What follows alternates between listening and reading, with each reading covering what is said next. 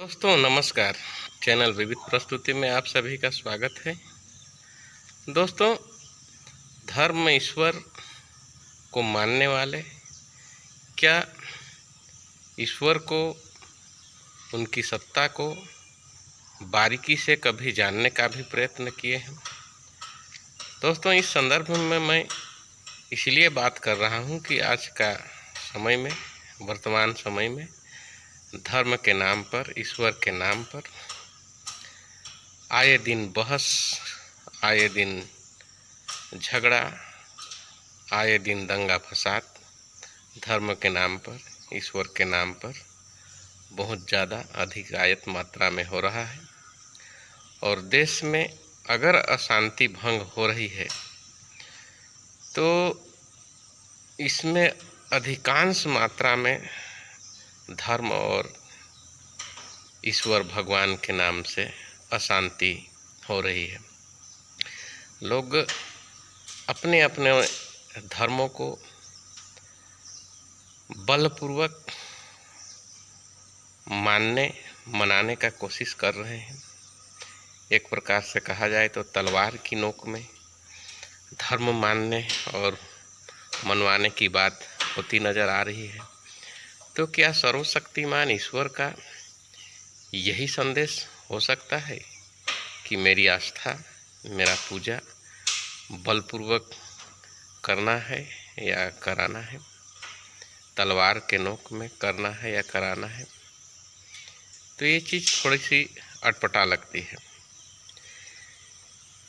विभिन्न धार्मिक ग्रंथों में भी ईश्वर की वाणी के माध्यम से देखा जाता है कि धर्म का असली अर्थ अहिंसा, शांति, सद्भाव, यही सब चीज़ों का पराकाष्ठा को ही धर्म माना गया है।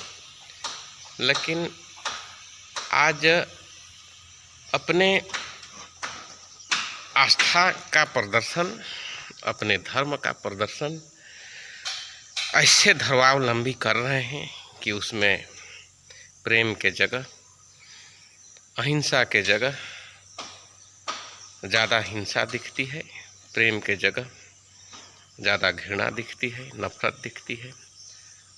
वर्तमान में धर्म के नाम पर पूरे देश में झगड़ा, दंगा फसाद देखने को मिल सकता है। दोस्तों, यही सब परिस्थिति को देखते हुए अगर ईश्वर की व्याख्या की जाए, धर्म की व्याख्या की जाए, तो हमें महात्मा बुद्ध का संदेश, उनका दिया हुआ प्रवचन, उनकी वाणी याद आती है। दोस्तों, महात्मा बुद्ध का स्पष्ट तर्क था कि ईश्वर को मानने के लिए ईश्वर की सत्ता को जानना जरूरी है। ईश्वर की सत्ता को जाने बिना ईश्वर को मानना अंधभक्ति के बराबर है।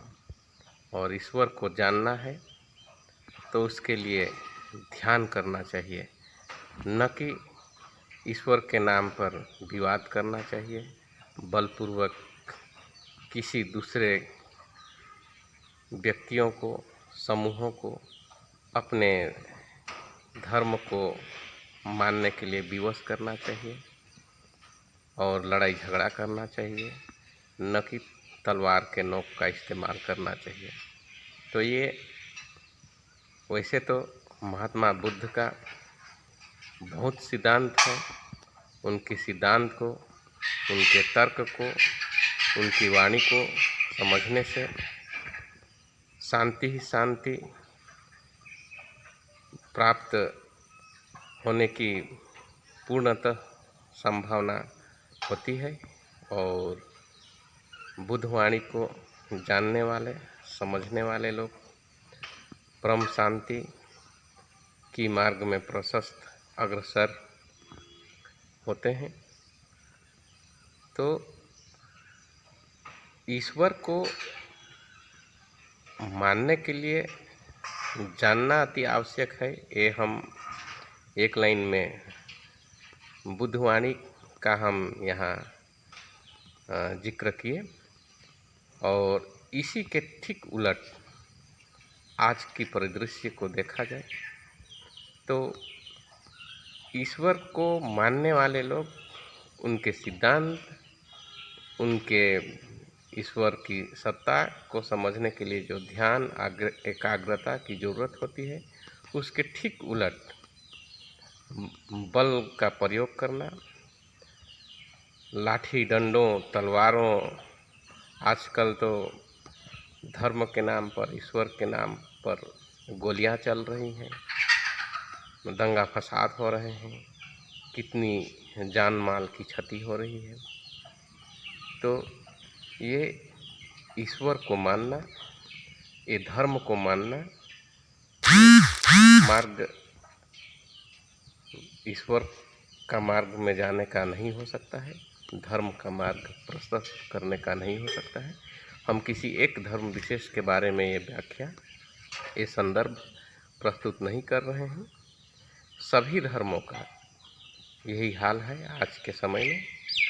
और एक समय में कहा जाता था कि हिंदू, मुस्लिम, सिख, ईसाई आपस में सभी भाई भाई, और बौद्ध वाणी, महावीर की वाणी, जैन मुनियों की वाणी, ये सबको आत्मसात किया जाता था, सभी धर्मों का सम्मान किया जाता था। लेकिन आज के परिदृश्य में देखा जाए तो एक दूसरे धर्म वाले स्वयं को ऊंचा और दूसरे को नीचा दिखाने में अपना मूल जो धार्मिक उद्देश्य, अपना ईश्वर का वाणी, उसी को भूलते जा रहे हैं। तो सभी धर्मों के धर्मावलंबियों को ये सब चीज़ सोचना चाहिए, विचार करना चाहिए, और ईश्वर को मानने से पहले ईश्वर को जानना जरूरी है और सबको जानना चाहिए।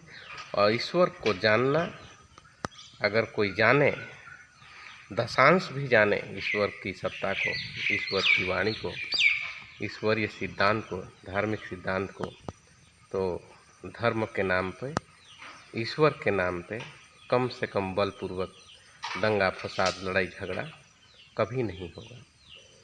तो ये वर्तमान परिदृश्य में हमारा अपना विचार था। आप लोग भी अवश्य प्रतिक्रिया दें, और हमारी उत्साहवर्धन के लिए हमारे चैनल को सब्सक्राइब करें, लाइक करें। इसी के साथ आप सभी का बहुत बहुत धन्यवाद।